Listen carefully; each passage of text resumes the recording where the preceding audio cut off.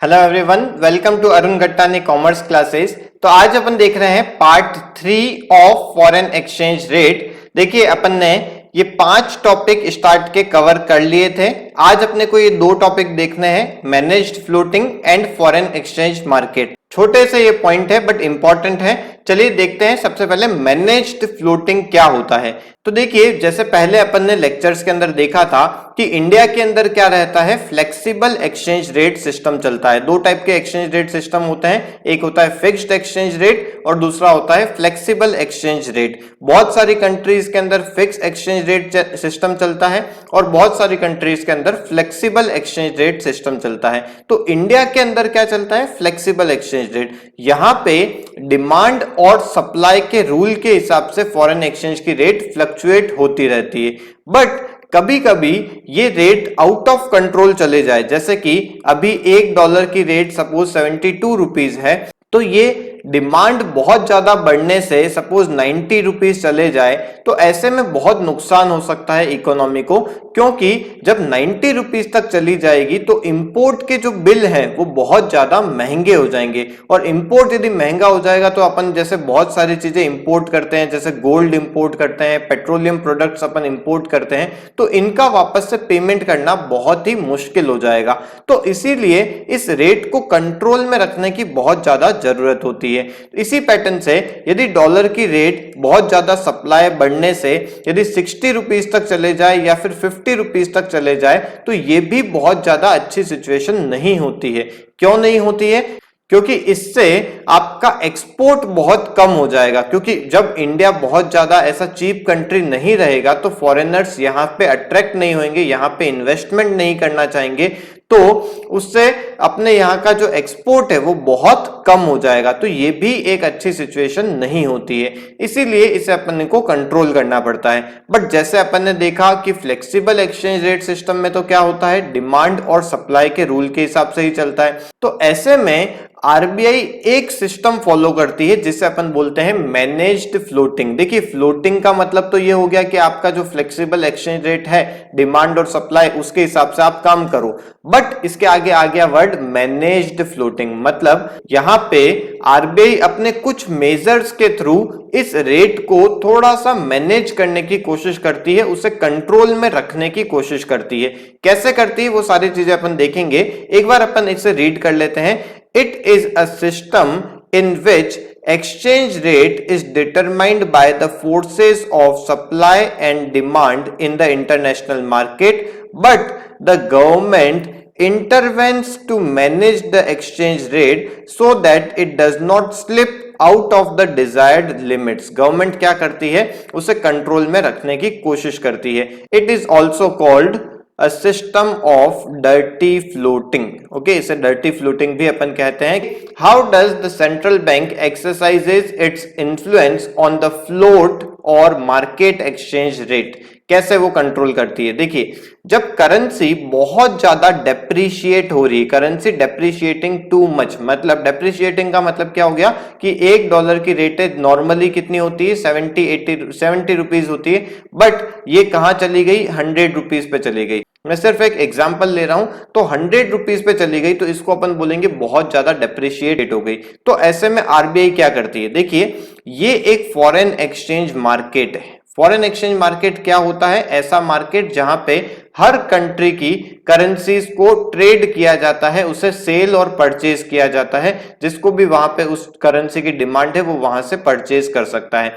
तो देखिए जब ये करेंसी बहुत ज्यादा ये क्या हो रही है, डेप्रिशिएट होती जा रही है, तो ऐसे में आरबीआई अपने पास में, देखिए आरबीआई के पास में क्या होता है, फॉरेन एक्सचेंज रिजर्व पड़ा हुआ रहता है, तो ये अपना फॉरेन एक्सचेंज इस मार्केट के अंदर आके सेल कर देती है। उससे क्या हुआ, उससे इस फॉरेन एक्सचेंज मार्केट के अंदर डॉलर की सप्लाई क्या हो गई, बहुत इंक्रीज हो गई। अब सप्लाई यदि बढ़ जाती है, डिमांड यदि कम है, तो ऑटोमेटिक क्या होएगा, उस करेंसी की वैल्यू कम होती जाएगी। ओके, तो आरबीआई ने जब सेल किया तो यहां पे डॉलर की सप्लाई बढ़ गई, और सप्लाई बढ़ गई बट डिमांड इतनी है ही नहीं, तो उससे क्या होएगा, जो डॉलर की रेटें हैं वो कम होती जाएगी। इससे ये जो डॉलर की रेट है ये कंट्रोल में आ 70 रुपीज तक ऐसे पहुंच जाएगी। ओके, ये बात आपको आ गई होगी। जस्ट इसका ऑपोजिट क्या हो सकता है, करेंसी एप्रिशिएटिंग टू मच, मतलब वैल्यू ऑफ करेंसी, जैसे $1 की रेट नॉर्मली 70 रुपीज हो रही है, बट ये कितनी पहुंच गई, 50 रुपीज पे पहुंच गई। तो इस केस में आरबीआई क्या करेगी, आरबीआई यहां से देखिए फॉरेन एक्सचेंज मार्केट है ये, और ये आरबीआई है। आरबीआई इस फॉरेन एक्सचेंज मार्केट से डॉलर को परचेज करेगी। अब परचेज करने से क्या होएगा, इस डॉलर की जो डिमांड है, ये फॉरेन एक्सचेंज मार्केट है, यहां पे डॉलर की डिमांड बढ़ जाएगी, क्योंकि परचेज कर रहे हैं तो डॉलर की डिमांड बढ़ जाएगी। डॉलर की डिमांड यदि बढ़ेगी तो ऑटोमेटिक क्या होएगा, डॉलर की वैल्यू बढ़ेगी, और डॉलर की वैल्यू बढ़ेगी तो ये क्या यहाँ पे पहुंच जाएगी, 50 रुपीज से ये 70 रुपीज या फिर आसपास में इसके पहुंच जाएगी। तो आई होप आपको ये दोनों जो केसेस हैं अच्छे से समझ में आ गए होंगे। अब अपने को देखना है नेक्स्ट, इसका एक लास्ट टॉपिक बचा हुआ है, foreign exchange market. Foreign exchange market वैसे मैंने आपको बता ही दिया है कि एक ऐसा मार्केट है जहां पे हर कंट्री की करेंसीज को ट्रेड किया जाता है, वहां पे सेल और परचेज होती है। देखिए, foreign exchange market refers to the market for national currencies of different countries in the world. It is a centre of trade for different currencies. अब देखिए, इस फॉरेन एक्सचेंज मार्केट के क्या क्या फंक्शंस होते हैं, मेनली 3 फंक्शंस ये play करता है। पहला फंक्शन ट्रांसफर फंक्शन, जैसे कि एक कंट्री से दूसरे कंट्री के अंदर अपने को फॉरेन एक्सचेंज को ट्रांसफर करना है, तो with the help of foreign exchange market, देखिए जैसे इंडिया के अंदर डॉलर पड़ा हुआ है और यूएसए के अंदर यदि डॉलर को भिजवाना है तो क्या होएगा, इंडिया फॉरेन एक्सचेंज मार्केट में ये डॉलर भिजवा देगी और ये डॉलर फॉरेन एक्सचेंज मार्केट से यूएसए के अंदर ट्रांसफर हो जाएगा। तो इस पैटर्न से एक कंट्री अपना पैसा फॉरेन एक्सचेंज मार्केट के थ्रू ट्रांसफर करवा सकती है। सेकंड फंक्शन आता है क्रेडिट फंक्शन। क्रेडिट फंक्शन का मतलब है एक टाइप का लोन लेना, जैसे कि इंडिया को गोल्ड परचेज करना है बट उसके पास में अभी इतना फॉरेन एक्सचेंज नहीं है, तो वो क्या कर सकती है, उस फॉरेन एक्सचेंज मार्केट से बोरोइंग्स भी कर सकती है। डॉलर उसने बोरो कर लिए, उसका पेमेंट कर दिया उसने यूएसए को जहां से उसने गोल्ड परचेज किया है, और उसके बाद में थोड़े टाइम के बाद में वो उस फॉरेन एक्सचेंज का वापस से अगेन फॉरेन एक्सचेंज मार्केट के वहां पे रीपेमेंट कर सकती है। ओके, नेक्स्ट फंक्शन आता है जो बहुत ही इंपॉर्टेंट फंक्शन है, हेजिंग फंक्शन। देखिए, हेजिंग फंक्शन का मतलब है प्रोटेक्शन अगेंस्ट रिस्क। हेजिंग मतलब होता है प्रोटेक्शन अगेंस्ट रिस्क। देखिए, इसको मैं आपको एग्जांपल से समझाता हूं। जैसे एक कंपनी है इंडिया की, ए लिमिटेड में यहां पे इसका नाम लिख देता हूं। इसने यूएसए से एक मशीन परचेज करी है, कितने की, $50,000 की ये एक मशीन परचेज करी है। इसका जो अभी जो फॉरेन एक्सचेंज रेट चल रहा है वो suppose $1 is equals to 70 rupees चल रहा है। ओके, बट इसको ए लिमिटेड ने क्या बोला कि इस मशीन का मैं रीपेमेंट करूंगा 3 महीने के बाद में, मतलब पेमेंट इसका मैं करूंगा 3 महीने के बाद में।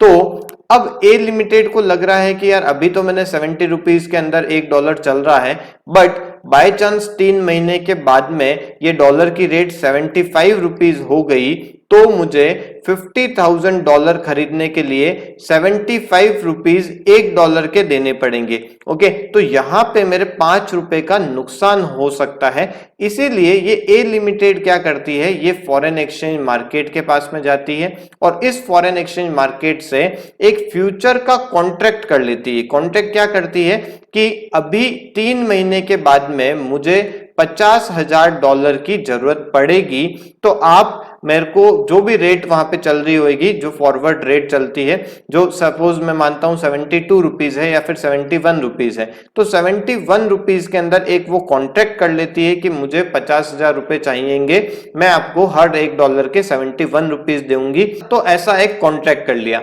अब मार्केट में 3 महीने के बाद में जो भी रेट होती है तो भी उसको ओनली 71 रुपीज ही देने पड़ेंगे। यदि मार्केट में 76 चली गई या 74 हो गई तो भी उसको 71 रुपीज ही देने पड़ेंगे। बाई चांस कम भी हो सकती है, 68 रुपीज ही हो गए तो भी उसको 71 रुपीज देने पड़ेंगे। बट क्योंकि इसका अंदेशा था कि मार्केट में रेटें बढ़ेगी, इसीलिए उसने ये कॉन्ट्रैक्ट कर लिया। अब इस कॉन्ट्रैक्ट से फायदा ये हुआ कि उसको एक रिस्क बच गई, एक प्रोटेक्शन हो गया कि भाई अब मेरे को डॉलर की रेट डेटों से मतलब नहीं, मैंने एक फ्यूचर में कॉन्ट्रैक्ट कर रखा है। तो इससे अपन बोलते हैं हेजिंग फंक्शन, बहुत ही इंपॉर्टेंट है, इसे आप अलग से भी याद कर लीजिएगा।